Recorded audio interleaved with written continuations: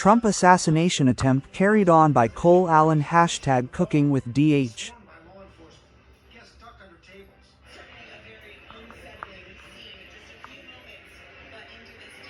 Video shows the suspect charging past the Secret Service checkpoint. How did he get as close as he did so heavily armed? Agents took down the 31-year-old and took him into custody. This morning, what we know about his access to the hotel and the pressing security questions for upcoming events like the World Cup. The White House Correspondents Association, you were in that room Saturday.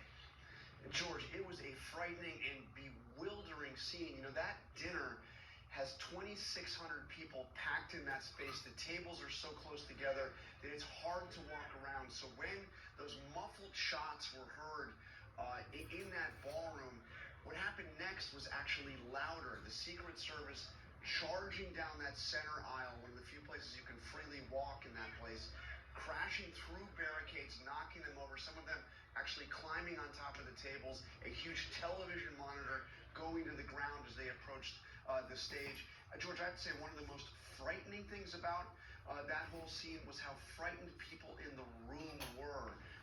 Some of them diving under tables and watching those armed agents with their long guns on the top of the stage. Really something that I never thought I would see in such like that. Yeah, such an enclosed space. And your phone rang early Sunday morning?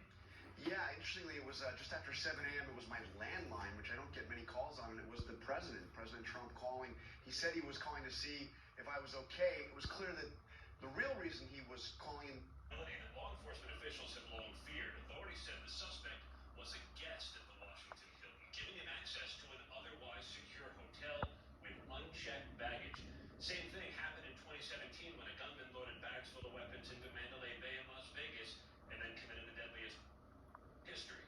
Sources told ABC News the suspect in this case booked his room earlier this month and boarded a train from Los Angeles to Chicago, from there on to Washington. The belief is he traveled with his weapons, all suggesting this was no spur-of-the-moment thing, but something thought about in advance.